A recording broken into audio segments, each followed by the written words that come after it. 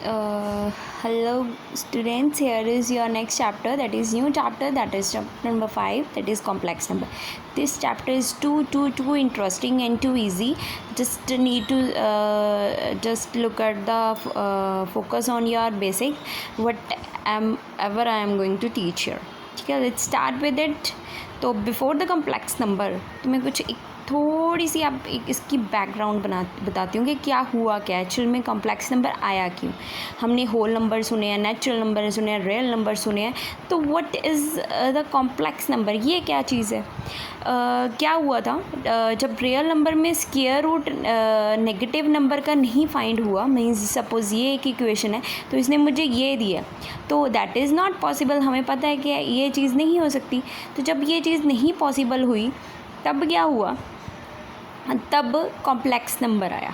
ठीक है, तब यहाँ पे कॉम्प्लेक्स नंबर आया. लाइक सपोज़ पहले नेचुरल नंबर आए, फिर होल नंबर बन गया, फिर इंटीजर्स, फिर रैशनल, फिर रियल, और इन सब का अब क्या बन गया, कॉम्प्लेक्स नंबर. ये सारे कॉम्प्लेक्स नंबर में जा पहुँचे. ठीक है, तो ये था एक्चुअल में कॉम्प्लेक्स नंबर के आने की हिस्ट्री. तो let's start with it now कि कॉम्प्लेक्स नंबर क्या होते हैं. जैसे ये एक इक्वेशन है, राइट, तो मैं इसको कैसे लिख सकती हूँ, मैं ऐसे लिख सकती हूँ. मीन्स अगर मैं इसका स्क्वायर रूट हटा दूँ तो यह क्या हो जाएगा, प्लस माइनस अंडर रूट -1. तो ये क्या हो गया, ये मेरा एक इमेजिनरी यूनिट हो गया. ठीक है, बट ये हम एग्जिस्ट नहीं करता. आई नो ये चीज़ एग्जिस्ट नहीं कर सकती, बट वट यही तो एक मेन रीज़न है. कॉम्प्लेक्स नंबर ने क्या किया, इस चीज़ को डिनोट कर दिया इसके साथ. कहता कि मैं ले लेता हूँ ये पार्ट, ना रियल ने लिया, ना नेचुरल ने लिया, ना होल ने लिया. मीन्स जो उनका सबका बाप था रियल नंबर, उसने भी नेग्लेक्ट कर दिया. कहते कि ये एग्जिस्ट ही नहीं कर सकता. बट उससे भी ऊपर उसका जब बाप आया तो उसने कहा कि मैं इसको एग्जिस्ट कर लूँगा. तो उसने क्या बोला, उसने सिंबल से डिनोट कर दिया I. It's I but it will called by iota here. Complex number इसको एओटा बोलता है. ठीक है, फिर उसके बाद द सोल्यूशन, मतलब ये जो मेरी इक्वेशन थी इसका सोल्यूशन क्या बन गया, प्लस माइनस तो था, इसकी वैल्यू मैंने योटा लिख दी, तो plus minus iota, that is imaginary word. ठीक है, तो अब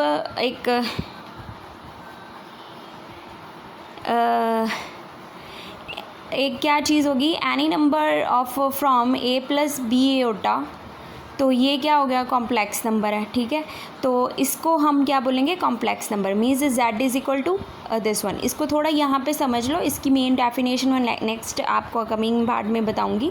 तो कॉम्प्लेक्स नंबर ने क्या किया, रियल जब बनाना है तो b 0 होगा. ठीक है, तो मतलब जो z है वो इक्वल के, मीन्स ये सारा पार्ट 0 हो जाएगा, z एक इक्वल हो जाएगा. तो मतलब a की वैल्यू 1 2 3 4 5 फ्रैक्शंस नेगेटिव कुछ भी हो सकती है. ठीक है, जब प्योरली इमेजिनरी बनेगा तब क्या होगा, तो a 0 हो जाएगा, मीन्स ये 0 हो जाएगा. तो यहाँ पे ओटा के साथ कुछ भी हो सकता है, 1 2 3 4 फ्रैक्शंस नेगेटिव. ठीक है, तो उसको हम क्या बोलते हैं, प्योरली इमेजिनरी जब होंगे तो दोनों एग्जिस्ट करेंगे. a भी होगा और b भी होगा. मतलब a की वैल्यू मैं कुछ भी पुट कर सकती हूँ और b की जो भी वैल्यू पुट करूँगी वो इंक्लूडिंग आयोटा होगी. उस चीज़ को हम क्या बोलेंगे, इमेजिनरी. ठीक है, तो ये क्या था हमारा कॉम्प्लेक्स नंबर. तो इट मीन्स जो भी नंबर हैं, रियल नंबर हैं सारे और आल्सो कॉम्प्लेक्स नंबर हैं विद द इमेजिनरी पार्ट 0. मतलब कहते हैं कॉम्प्लेक्स नंबर में सारे रियल नंबर आ जाते हैं, बट 0 भी आता है, तो 0 भी एग्जिस्ट करेगा. इसको हम क्या बोलते हैं, कॉम्प्लेक्स नंबर. ये भी एग्जिस्ट करती है पार्ट कॉम्प्लेक्स नंबर में. अब एक और चीज़ बताते हैं कि ए एंड बी सपोज़ कोई भी दो पॉजिटिव रियल नंबर है, राइट. तो कहते हैं ये चीज़ इसके इक्वल है, ये डिफाइन करो. ठीक है, तो मैं लेट स्टार्ट विद इट, मैं शुरू कर लेती हूँ. ठीक है, तो यहाँ पे अगर हम देखा जाए तो नेगेटिव प्लस, तो मैं सीधा बोलूँगी ये तो मेरा क्या बन जाएगा, ये तो मेरा प्लस बन गया. मेरा तो अंडर रूट ए भी आंसर आ रहा है. तो मैंने क्या किया, मैंने इसको पहले सॉल्व किया. ठीक है, 1 के साथ इसको माइनस ले लिया और ए एज इट इज़ ले लिया, दोनों का अंडर रूट सेपरेट कर दिया. इसकी तो वैल्यू मुझे पता ही थी क्या थी, iota, same as it is इसमें ऐसे कर दिया. दोनों की वैल्यू निकल गई. अब इन दोनों की वैल्यू को मैंने पुट कर दिया. एओटा जब एओटा इंटू एओटा होता है तो वो स्क्वायर के इक्वल हो जाता है, क्योंकि वी नो दैट एओटा की वैल्यू कितनी होती है, अंडर रूट में ये, तो दूसरे एओटा की भी वैल्यू यही है. तो जब दोनों मल्टीप्लाई किए तो ऑब्वियस है वो एओटा स्क्वायर बनेंगे. ठीक है, तो एओटा स्क्वायर एयोटा स्क्वायर बन गया, तो ये क्या बन गया, एयोटा स्क्वायर -1 के इक्वल होता है। तो मेरा आंसर ये आ गया। ठीक है, तो कहते हैं aorta neither positive nor negative, और ये हमेशा रियल नंबर ही होता है। ठीक है, एंड उसके बाद अब इसकी पावर्स देखो। अब ये है इसकी एयोटा की पावर्स। ठीक है, एयोटा √-1 के इक्वल होता है, एयोटा स्क्वायर -1 के इक्वल होता है। अगर एयोटा क्यूब, अगर सपोज़ मैं एयोटा स्क्वायर निकालूँ, एयोटा स्क्वायर इसको हम ऐसे लिखेंगे एयोटा इंटू एयोटा। एयोटा किसके इक्वल होता है, -1 इंटू -1, तो ये किसके इक्वल हो गया, -1 के। ठीक है, अब उसके बाद है एयोटा क्यूब। एयोटा क्यूब को एयोटा स्क्वायर इंटू एयोटा लिखूँगी। एयोटा स्क्वायर की वैल्यू कितनी है, -1 है, और एयोटा साथ में आ गया तो माइनस एयोटा हो जाएगा। तो एयोटा 4 को मतलब 2 की पावर 2 कर दूँ, यस 4 बन जाएगा। तो एयोटा की वैल्यू कितनी होती है एयोटा स्क्वायर की, -1 का स्क्वायर कितना हो गया, 1। तो अगर नेक्स्ट जाना है तो कहते हैं नेक्स्ट अगर आप 4 के लिए कुछ भी चाहते हो तो कोई भी नेचुरल नंबर है तो उसकी वैल्यू 1 ही आएगी।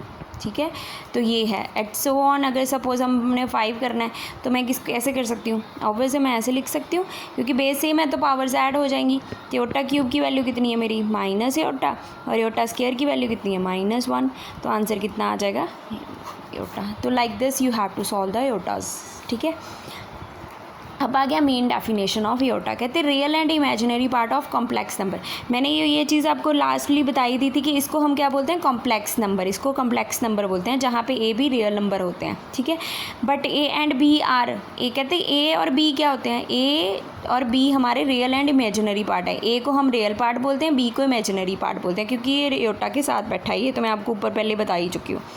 ठीक है, अब जो रियल पार्ट है उसको हम ऐसे लिखते हैं REZ, क्योंकि ये कॉम्प्लेक्स नंबर है, और इमेजिनरी के पार्ट को हम ऐसे लिखेंगे। ठीक है, इसको इमेजिनरी पार्ट बोलते हैं। तो दैट इज़ क्या हो गया, Z = A + एयोटा B। तो A मेरा क्या है, रियल पार्ट, और B मेरा क्या है, इमेजिनरी पार्ट। ठीक है, तो आई होप सो क्लियर हो गया है what is the complex number now.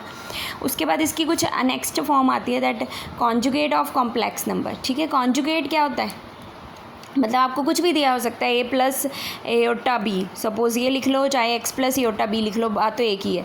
तो कहते हैं कि जब प्लस की फॉर्म, जब हम इसका कॉन्जुगेट करेंगे तो ये नेगेटिव बन जाएगा। ठीक है, चाहे जैसे यहाँ पे प्लस है तो कॉन्जुगेशन आप क्या लिखोगे, इसकी नेगेटिव लिख दोगे अपने आप। इसको हम बोलेंगे ये कॉन्जुगेट है किसका, इसका।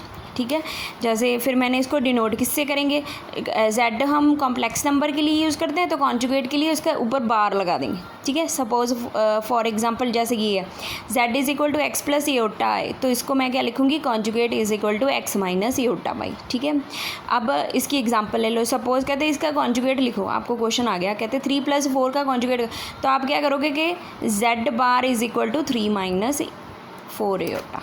समझ लगी, तो ये इसको बोलते हैं हम कॉन्जुगेट। अगर नेगेटिव है तो वो पॉजिटिव हो जाएगा। सपोज़ इसी का मुझे कॉन्जुगेट बोला हुआ तो होता, तो मैं क्या करती, 3, मेरा क्या बन जाता आंसर, 3 + 4 एयोटा। तो ये मेरा कॉन्जुगेट इसका बन जाता।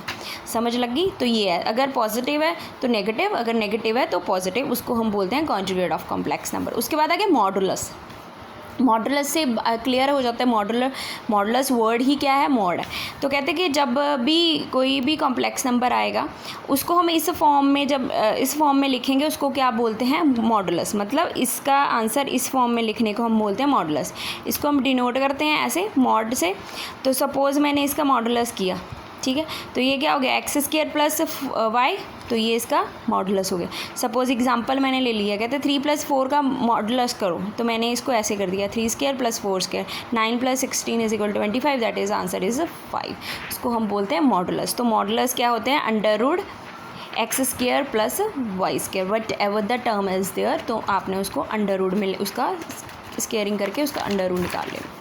उसके बाद आ गया मल्टीप्लिकेटिव इनवर्स। ठीक है, मल्टीप्लिकेटिव कहते हैं कि जब भी आपको कोई भी कॉम्प्लेक्स नंबर दिया होता है तो उसको हम 1 कर देंगे Z, मतलब कोई भी आपको Z दी हो सकती है, कोई भी टर्म दी हो सकती है, 1/Z, उसको हम क्या बोलते हैं, मल्टीप्लिकेटिव इनवर्स। तो मल्टीप्लिकेटिव इनवर्स में कॉम्प्लेक्स नंबर का डेफिनेशन क्या है, ये आ गया। तो 1/Z bar Z upon modulus of Z², ये तो हमें पता है कॉन्जुगेट है, ये क्या है, मॉडुलस है। तो आप इसको सॉल्व कर सकते हो। इससे हमें 2 फार्मूला मिलते हैं। अगर आपको उन्होंने बोला हो कि मॉडुलस फाइंड करो तो आप उसके लिए ये फार्मूला यूज़ कर सकते हो। ठीक है, उसके बाद इसकी कुछ प्रॉपर्टीज़ हैं। That property of conjugate of complex number. जब हम कॉन्जुगेट करते हैं तो आंसर हमेशा आपका नॉर्मल कॉम्प्लेक्स नंबर जितना ही आ जाएगा, ठीक है। उसके बाद अगर आपका कॉम्प्लेक्स नंबर कोई भी कांस्टेंट टर्म है, ठीक है, तो उसका जब आप कॉन्जुगेट करोगे तो आंसर वही रहेगा। अगर सपोज z आपको 3 है तो ऑब्वियस है 3 को मैं -3 थोड़ी लिखूँगी, इसके साथ कुछ है ही नहीं, तो मैं उसको z3 ही लिखूँगी, ठीक है। अगर हम कोई भी दो टर्म्स का इकट्ठा बार करते हैं, मॉडुलस करते हैं, तो हम उसको सेपरेटली कर सकते हैं, ठीक है। अगर फ्रैक्शन में होल का आता है तो हम उसको सेपरेटली बार कर सकते हैं, ठीक है। उसके बाद आ गया properties of modulus of complex number, क्या आ गया, ठीक है। अगर z = a + आयोटा b है तो इसका क्या आ जाएगा, मॉडुलस नेगेटिव में, ठीक है, मॉडुलस की नेगेटिव बन जाएगी, तो इसका मॉडुलस जब हम निकालेंगे तो आंसर इक्वल ही आ जाएगा, ठीक है। उसके बाद जैसे कैसे एक्सप्लेन कर देती हूँ मैं, जैसे सपोज इसका मैंने मॉड किया तो ये कितना हो गया, ये हो गया, और फिर जब इसका मॉडुलस किया तो इसका आंसर भी आ गया, तो सी, तो ये मेरा आंसर वेरीफाई होगा। तो ये हो गया आपका क्लियर। अब let's start with the examples so that you can start with your exercise, that is 5.1, ठीक है। तो फर्स्ट उन्होंने बोला है कि एक्सप्रेस करो 5i means 5 iota minus 3 iota in the form of a + iota b। कहते हैं इस वाली पूरी टर्म को इस फॉर्म में लेके आना है हमने, ठीक है। तो मैंने स्टार्ट कर दिया, फिर से ऐसे लिख लिया मैंने इसको, ठीक है। तो इसको सॉल्व कर लो। अब जब मैंने इसको सॉल्व किया तो 5 माइनस ये मैंने कर लिया इसको, ये तो मल्टीप्लिकेशन में 5 से कट गया, तो ये कहते हो गया -3 आयोटा स्क्वायर, राइट। तो -3 आयोटा स्क्वायर की वैल्यू कितनी होती है, -1, तो ये कितना हो गया 3। तो अब मेरी z क्या बन गई, z = इस फॉर्म में मैंने करना है, a तो ए मेरे पास आ गया, ठीक है, क्योंकि आयोटा के बिना वाली फॉर्म आई है, तो ये मेरी a बन गई है, ध्यान रखना। और b आयोटा वाली फॉर्म तो मैं इसके पास है ही नहीं, तो मैं क्या लिखूँगी, आयोटा 0, तो ये मेरा आंसर आ गया। Is that clear. अब उसके बाद सपोज आपको सेकंड जैसे एक्सरसाइज आपकी दी हुई है एक्सप्रेस, इसको भी कहते हैं in the form of a + iota b में करो, ठीक है। तो आप क्या करोगे, इसको सॉल्व कर लो। कैसे करोगे, जैसे हमने वहाँ पे पावर्स बनाई थी, अब दोनों में 9 है तो 9 कॉमन निकाल लो। जैसे ऐसे मैं लिख लेती हूँ पहले 10 × ये बेस सेम है, पावर ऐड 19 बनेगा, 9 कॉमन निकाल लेते हैं, 1 प्लस जैसे मर्जी कर लो, आपका आंसर सेम ही आएगा। तो इसको आयोटा और इसकी पावर 8 कर लेते हैं, और इसको क्या कर सकते हैं, इसको स्क्वायर और इसकी पावर 8 कर लेते हैं, ठीक है जी। अब उसके बाद क्या आ गया,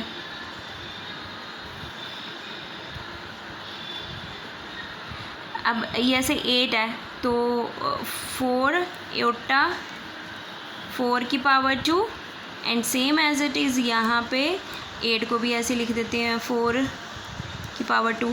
अब हमें ये तो पता ही है, last previously I told you that iota square की वैल्यू कितनी होती है 1, आयोटा 4 की वैल्यू 1, तो ये तो आयोटा ही रह गया, अंदर भी मेरा क्या रह गया, इसकी वैल्यू 1 होगी, यहाँ पे क्या रह गया मेरा आयोटा स्क्वायर। तो अब इसको सॉल्व कर लो, तो ये मेरा क्या बन जाएगा,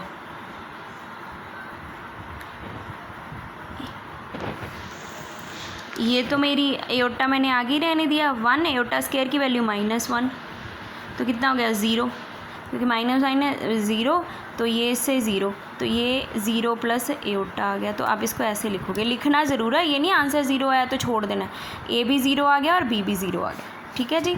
अब एक और चीज़ है, जैसे सपोज़ इसको हम एक और ट्रिक में कर सकते हैं, ठीक है। वो कैसे हो सकता है, जैसे मैं इसको सीधा ही लिख दूँ 8 ये एंड यहाँ पे हम कर लेते हैं 16 एंड 3, ठीक है। तो अभी इसका क्या गया, 4 की पावर 2 आयोटा प्लस 2 स्क्वायर और पावर 8, ठीक है जी। अब इसकी पावर, इसका आंसर कितना होता है 1 का स्क्वायर 1 ही रह गया, तो ये आयोटा हो गया, प्लस स्केयर एयोटा स्केयर की वैल्यू कितनी होती है -1 -1 की पावर 8। एयोटा क्यूब को मैं ब्रेक करने जा रही हूँ फिर से, ये तो मेरा -1 ही आ गया एंड एयोटा स्केयर -1 एंड यहाँ पे क्या आ गया ये, ठीक है। अब उसके बाद ये सॉरी ये इवन है, इवन नंबर है तो ये प्लस में हो जाएगा, ठीक है। तो ये क्या हो गया एयोटा, ये -1 में एयोटा है, तो आंसर भी मेरे कितना गया 0। तो कैसे मर्जी कर लो, ये मैंने अनदर पार्ट था इसका, अनदर वे में किया है, तो जैसे मर्जी कर लो, आप सॉल्व कर लोगे तो आंसर सेम ही आएगा। तो इसको भी हम ऐसे ही लिखेंगे 0 0 एयोटा, ठीक है। तो I hope so clear it. तो थर्ड एग्जाम्पल है, जैसे कहते हैं इन दी फॉर्म ऑफ, इसको भी a + b में करो। तो क्या करोगे, पहले नेगेटिव को ख़त्म करना है, मैंने इसको ये लिख लिया, ठीक है। तो इसको क्या करते हैं, इसको मैं एक और इसमें ऐड कर देती हूँ, मल्टीप्लाई कर लेते हैं एयोटा के साथ, तो 40 बन गया, ठीक है। तो 40 और ये तो पता ही है, मैंने बताया नहीं था 4 के साथ नेचुरल नंबर कोई भी आएगा, जब ये वाली चीज़ तो कोई भी आएगा उसका आंसर 1 आएगा। तो 4 × 10 कर देते हैं तो 40, तो भी आंसर 1 ही है क्या, तो 1 आंसर कितना आ गया एयोटा। तो हमारा क्या बन गया, ए मेरी 0 होगी, बी मेरे पास है, तो ये आंसर आ गया, ठीक है जी। तो like this you have to solve it. अगर सारे क्वेश्चंस करो, अगर कोई प्रॉब्लम आती है तो यू मे आस्क, जैसे आपका 4th क्वेश्चन भी हो जाएगा, 5th भी हो जाएगा, 6th भी हो जाएगा, 7th भी हो जाएगा, ये भी फॉर्म है। उसके बाद 8th भी हो जाएगा, ठीक है। उसके बाद 10th भी, 9th भी हो जाएगा, 10th भी हो जाएगा। एंड उसके बाद मल्टीप्लिकेटिव इनवर्स वाला एक क्वेश्चन करवा देती हूँ मैं आपको, तो ताकि आपको पता लग जाए। कहते find the multiplicative inverse this one, ठीक है। तो मैं क्या करूँगी, z = 4 - 3 एयोटा, ठीक है। तो मल्टीप्लिकेटिव इनवर्स क्या होगा, multiplicative inverse of z is 1/z, right. तो मतलब क्या हो गया, इसको मैं क्या लिखूँगी, 1/z = ऑब्वियस है, ये भी 1/4 - 3 हो जाएगा। अब क्या करेंगे, रैशनलाइज कर देंगे, प्लस ऊपर आ जाएगा, ठीक है, रैशनलाइजिंग करेंगे। तो ये क्या हो गया, 4 3 एयोटा, 4 का स्क्वायर, ये हो गया a - b, a + b, a² - b²,